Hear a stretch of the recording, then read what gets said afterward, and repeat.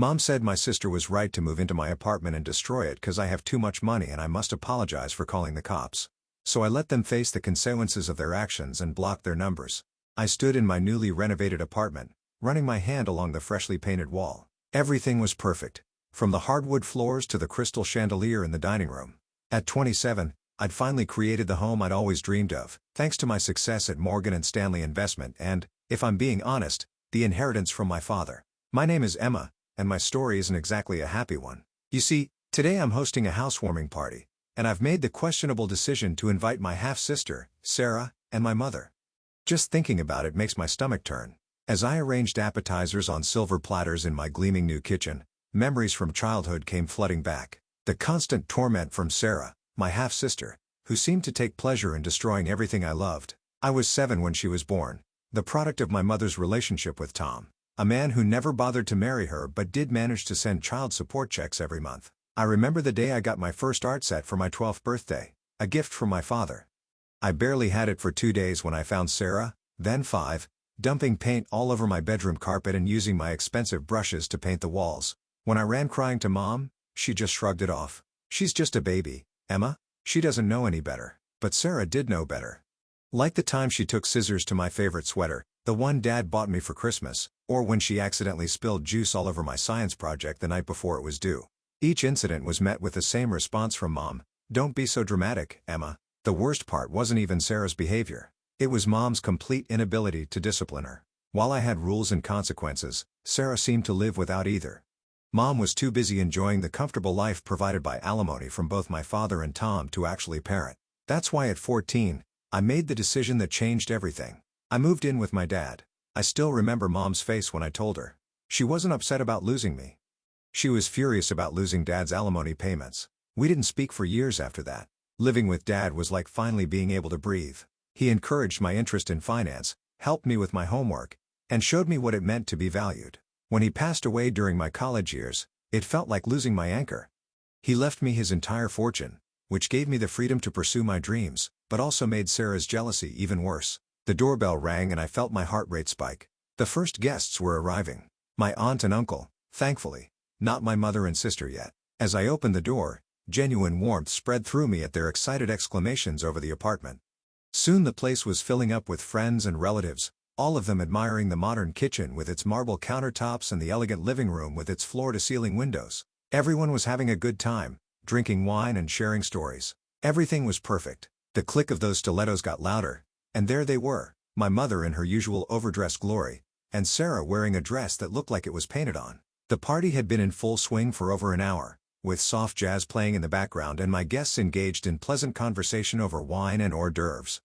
Just the kind of elegant, calm gathering I'd wanted. Sarah paused in the doorway, her nose wrinkling as she surveyed the scene. "Oh my God," she announced loudly, her voice cutting through the gentle murmur of conversation. "Is this a party or a nursing home social hour?" The room went silent. My Aunt Caroline stopped mid-sentence, wine glass frozen halfway to her lips. No one laughed at Sarah's joke. I felt heat rising to my cheeks, but forced myself to stay composed. Sarah strutted into the apartment she had visited many times. Now it was completely renovated, but still holding those precious memories of Dad. I watched as she ran her hand along the new granite countertop in the kitchen, inspected the designer light fixtures, and peered into every room. The jealousy was written all over her face. I'd seen that expression too many times not to recognize it. Her eyes had that same gleam they'd had when Dad bought me my first car, or when he paid for my college tuition. Then she spun around, a smile spreading across her face that made my blood run cold. "This place is amazing, Emma. I've decided, I'm moving in next week." I actually laughed thinking she was joking, but Sarah's smile didn't waver. "I'm serious," she said. "This place is way too big for just you. And honestly, you owe me. You got everything from your dad, and what did I get? Nothing." "Sarah," I said slowly, trying to keep my voice level, "you're not moving in here. Ever. This is my home." Her face contorted with rage. "You selfish bitch," she screamed, causing several of my guests to jump. "You think you're so much better than everyone else, because Daddy left you all his money. You live in this fancy apartment while Mom and I barely get by." I expected my mother to step in, to calm Sarah down or at least look embarrassed by her outburst. Instead, she stepped forward, arms crossed, and fixed me with an accusing stare. "Emma, I can't believe how greedy you've become," she said, shaking her head. "Would it kill you to help your sister?" To give her a place to stay? After everything our family has been through? Our family? I repeated, my voice shaking. The family where you let Sarah torture me for years while you did nothing? That family? How dare you? My mother gasped. Come on, Sarah.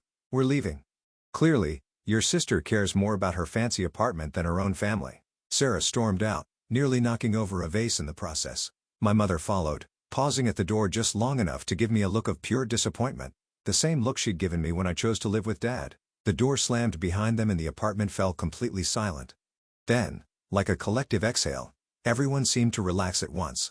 My Aunt Caroline came over and squeezed my hand while others started quietly discussing what had just happened. Life returned to normal after the housewarming disaster. I threw myself into work, trying to forget about Sarah's outburst and Mom's accusations. Then, about a month after the party, my boss called me into his office. Emma, we need you to handle the Meridian contract personally, he said, sliding a folder across his desk. It's a big deal, 2 weeks in Phoenix to get everything sorted out. I nodded, already mentally preparing for the trip. Business travel was part of the job, and honestly, a couple of weeks away from the city, and any possibility of running into Sarah or Mom sounded perfect. That evening, I sent Mom a quick message, heading to Phoenix for 2 weeks on business. Just FYI, I didn't expect much of a response, but the complete silence still stung a little. Ever since the party, she'd been giving me the cold shoulder, probably waiting for me to apologize. As if I had anything to apologize for. The 2 weeks in Phoenix were exhausting. Endless meetings, contract negotiations, and late-night document reviews. By the time I boarded my flight home, all I could think about was sinking into my comfortable couch with a glass of wine and finally relaxing in my peaceful apartment. The first sign something was wrong was the faint smell of stale alcohol and cigarettes in the hallway outside my door.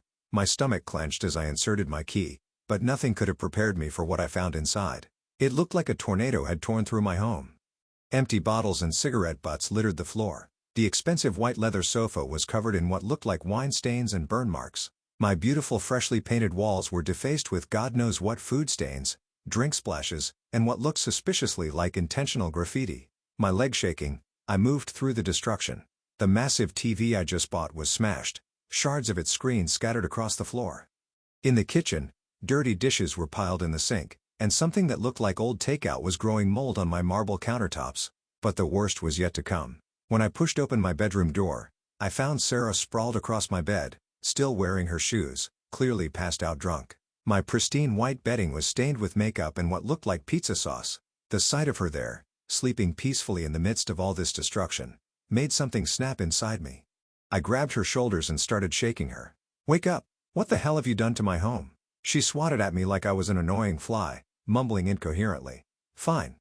I marched to the bathroom, filled a glass with cold water, and returned to throw it directly in her face. Sarah jolted awake, sputtering and cursing. What the hell is wrong with you? She screamed, mascara running down her face. Stop screaming and tell me how you got in here. I cut through Sarah's stream of curses. And what the hell have you done to my apartment? Sarah wiped her face with my Egyptian cotton pillowcase and had the audacity to roll her eyes. Mom gave me the spare key. She said, like it was the most natural thing in the world. Said I could stay here while you were gone, but this place was so boring, all fancy and perfect and completely dead. So I had some friends over. The spare key. Of course. The memory hit me like a punch to the gut. I'd given Mom that key years ago, right after Dad died and I inherited the apartment. Just in case of emergencies, she'd said. And now she'd handed it over to Sarah without even asking me. Some friends over? I gestured at the destruction around us. You've completely trashed my home. Look at this place. The walls, the furniture, my TV. Sarah shrugged, reaching for her phone on the nightstand. We had some parties. Got a little wild. What's the big deal? You're loaded. You can just buy new stuff. Get out. My voice was shaking. Get out of my apartment right now. No. She flopped back on my bed, scrolling through her phone. I like it here. Mom said I could stay and I'm staying. Deal with it. I pulled out my phone and hit Mom's number on speed dial. She answered on the third ring. Get over here now. My voice was ice cold. Come see what your precious Sarah has done to my apartment. 28 minutes later, yes, I was counting, Mom walked through my front door. I watched her face as she took in the scene. The stained walls, the ruined furniture, the bottles and garbage everywhere. Her expression barely changed. This, I said, my arm sweeping across the devastation, is what your daughter did to my home. The home Dad left me. The home I just spent a fortune renovating. And you gave her the key without even asking me? Mom picked up an empty wine bottle, set it on a side table, and straightened a crooked picture frame. I don't see why you're so upset, she said, her voice maddeningly calm. So they had a few parties. You have more than enough money to fix everything. It's not like you can't afford it. I stared at her speechless. In that moment, I finally understood something I should have realized years ago. She would always choose Sarah. No matter what Sarah did, no matter who she hurt, Mom would always defend her, always justify her actions, always expect me to be the one to give in, give up, give more. Take Sarah and get out, I said through clenched teeth. Both of you, leave my apartment right now. Mom settled herself onto my ruined sofa, brushing aside some cigarette butts. Actually, I think this might be good for both of you. Sarah needs a place to stay and you've got all this space. You two living together could help repair your relationship. Repair our relationship? I couldn't believe what I was hearing. She broke into my home and destroyed it. I didn't break in, Sarah snapped, now sprawled across my armchair. Mom gave me the key. Stop being so dramatic. A key she wasn't supposed to give you. I could feel my control slipping. This is my home. Mine. Dad left it to me. Not to you. Not to Mom. If you don't leave right now, I'm calling the police. Sarah threw her head back and laughed. Mom joined in. Both of them looking at me like I was a child making empty threats. Go ahead, Sarah taunted. Call them. What are you going to tell them? That your sister used a key to enter your apartment? That we had some parties? Boo-hoo. With trembling fingers, I pulled out my phone and dialed 911. Sarah's smirk faltered slightly as she realized I was actually doing it. 911. What's your emergency? I need police at 1542 Riverside Avenue, apartment 7B, I said, my voice steadier than I felt. Someone's broken into my home and refuses to leave. Less than 5 minutes later, there was a knock at the door. 2 officers stood in the hallway. A tall man with graying hair and a younger woman with her hair pulled back in a tight bun. I'm Officer Martinez, this is Officer Chen, the woman said. We received a call about a break-in? I let them in, watching their eyes widen as they took in the state of my apartment. This is my home, I explained. I was away on business for 2 weeks. My mother gave my spare key to my sister without my permission, and she's been living here, throwing parties and destroying my property. Now she refuses to leave.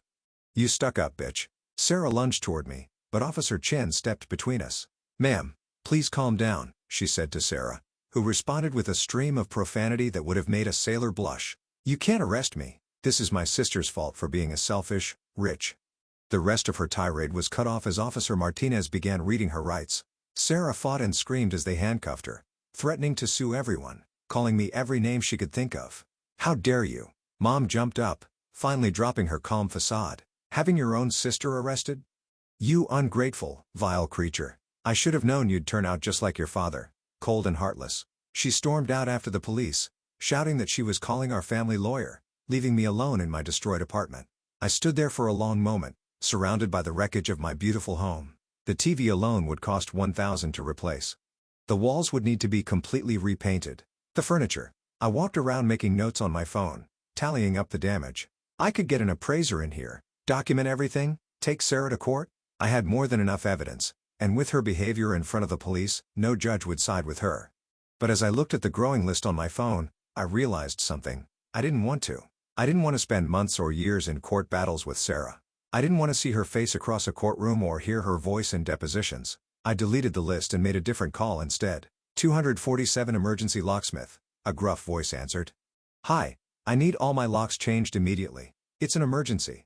A week after the police incident, my phone lit up with Mom's name. I almost declined the call, but something made me answer. Emma, we need to talk, she said, her voice gentler than I'd heard it in weeks. Can we meet at Riverside Cafe tomorrow at noon? I think it's time we discussed everything that happened. I felt a glimmer of hope. Maybe she'd finally realized how wrong she and Sarah had been. Maybe she was ready to apologize. Okay, I agreed. I'll be there. The next day, I arrived at the cafe right on time. Mom was already there, seated at a corner table with a spread of food in front of her. The most expensive items on the menu: lobster salad, truffle pasta, and a bottle of premium wine. I just asked for water. Emma, dear, Mom said, dabbing her lips with a napkin, we need to discuss the severe psychological trauma you've inflicted on your sister. I nearly choked on my water. Excuse me, having Sarah arrested? Do you have any idea what that's done to her? She had to spend hours at the police station. Her friends all know about it. She's absolutely devastated. Mom shook her head sadly. The only way to make this right is to apologize and pay her compensation. $25,000 should cover the emotional distress. I sat there, stunned into silence for a moment. Then the words came tumbling out. Are you serious? Sarah broke into my home through wild parties, destroyed $1,000 worth of property, and do you think I should pay her? Mom waved her hand dismissively. Oh, don't be so materialistic, Emma. So she had a few parties? Broke a few things? You're rich. You can easily replace everything. The emotional damage you've caused her, though? That's not so easily fixed. She walked toward the door, then turned back with a smile that made my blood boil. Oh, and be a dear and take care of the bill. I know how much you enjoy showing off your wealth. I watched her leave, then looked at the table covered in expensive dishes she'd ordered. The waiter appeared with the check, and I could see Mom had even ordered several desserts to go. The bill was over $200 for a lunch she'd barely touched. I walked into my partially repaired apartment, kicked off my shoes, and sat down at my desk. The cafe encounter kept replaying in my mind. Mom's casual demand for $25,000, her complete dismissal of the damage Sarah had caused, the way she'd stuck me with the bill without a second thought, just like she'd been doing for years. Opening my laptop, I pulled up my banking records. There it was in black and white, $2,000 transferred to her account every month since Dad died, plus all the utility bills I paid, the property taxes on her house, the endless stream of emergency expenses she always needed help with. It had started after Dad's funeral. Mom had shown up at my apartment, crying about how hard things were financially, how she couldn't make ends meet. I'm too old to find a job now, she'd said, and with Sarah still in school. I'd felt guilty about all the years we hadn't spoken, about moving out to live with Dad, so I'd agreed to help. That help had turned into an endless drain. New appliances when hers mysteriously broke down. Designer clothes because she needed to maintain appearances. Home repairs that somehow always cost $1,000. And through it all, she'd never once looked for work, never tried to become self-sufficient. Why would she? She had me, her personal ATM. I opened a new email and started typing. Mom, after today's conversation I've made an important decision. Effective immediately, I will no longer be sending you monthly payments or covering any of your bills. The financial support I provided was always meant to be temporary, not a permanent arrangement. It was my choice to help you, not my obligation. I've spent years trying to make up for choosing to live with Dad, trying to prove I was a good daughter by funding your lifestyle. That ends now. It's time for both you and Sarah to support yourselves. Do not contact me about money again, Emma. I hit send before I could second-guess myself. Then I went into my bill pay account and canceled all the automatic payments to her utility companies. The phone rang less than 15 minutes after I sent the email. I let it go to voicemail. It rang again. And again. Finally, I answered. How dare you? Mom's voice was shrill. I am your mother. You have an obligation to take care of me. After everything I've done for you, this is how you repay me? By cutting me off without warning? You haven't done anything for me, I said, surprised by how calm I felt. You've taken and taken, and when I needed you to be a mother, when Sarah was destroying my home, when she was making my life miserable, you always chose her, always demanded more from me while letting her do whatever she wanted. I raised you. I fed you. I know. Dad raised me. From the time I was 14, he was the one who took care of me. You just lived off his alimony. And when that stopped, you found someone else to support you. Now it's time for you and Sarah to support yourselves. You ungrateful little. I hung up. The phone immediately started ringing again, but I didn't answer. Instead, I blocked her number. For the first time in years, I felt truly free. The messages started flooding in almost immediately after I blocked their phone numbers. First through WhatsApp, then Facebook, then Instagram and even LinkedIn. Each one more desperate and angry than the last. You're destroying this family. Mom wrote. Hope you're happy being rich and alone, Sarah messaged. Only a heartless person would abandon their mother and sister. You'll regret this when you need us. I blocked them on every platform, one by one, but they kept finding new ways to reach me. They even started messaging my friends, telling elaborate stories about how I'd abandoned them to poverty while living in luxury. I wasn't taking any chances with my security. I spoke with Frank, our building's concierge, explaining the situation. My mother and sister aren't allowed up under any circumstances, I told him. Even if they say it's an emergency. The very next evening, when I came home from work, Frank stopped me. Miss Thompson, your mother and sister were here about an hour ago. They tried to convince me they had your permission to go up. When I refused, your sister got quite vocal. I had to threaten to call security before they left. I thanked him and increased his Christmas bonus on the spot. Over the next few weeks, I threw myself into renovating my apartment again. New furniture, fresh paint, replaced TV. I erased every trace of Sarah's destruction, every reminder of that nightmare. But something felt different now. This place that had once been my sanctuary, my connection to Dad felt tainted. Through the family grapevine, I heard stories. Mom and Sarah were struggling financially, bouncing from relative to relative, asking for loans they'd never repay. They were telling everyone who would listen about how I'd cruelly cut them off, conveniently leaving out the part about breaking into my home or demanding compensation for being arrested. I ran into Mom a few times in the neighborhood. It was inevitable, given how close she lived. She'd try to corner me, alternating between angry demands and tearful pleas. "Emma, please, can we just talk? We're family." I'd walk past without a word, my heels clicking on the pavement, my heart pounding but my resolve firm. Last week, I found myself looking at real estate listings, modern condos in different neighborhoods, secure buildings with strict access policies, places where I could truly start fresh, without the constant anxiety of running into them or wondering if they'd try to break in again. Dad's apartment had been my home for so long. It held so many memories: homework sessions at the kitchen table, Sunday morning pancakes, long talks about my future. But maybe it was time to let it go. I bookmarked a listing for a penthouse in a new development across town. The building had 24-hour security, private elevator access, and a stunning view of the city. More importantly, it represented something I've been seeking my whole life without realizing it: true independence. A clean slate. Tomorrow, I'm going to call the realtor. It's time for a fresh start, one that's truly my own.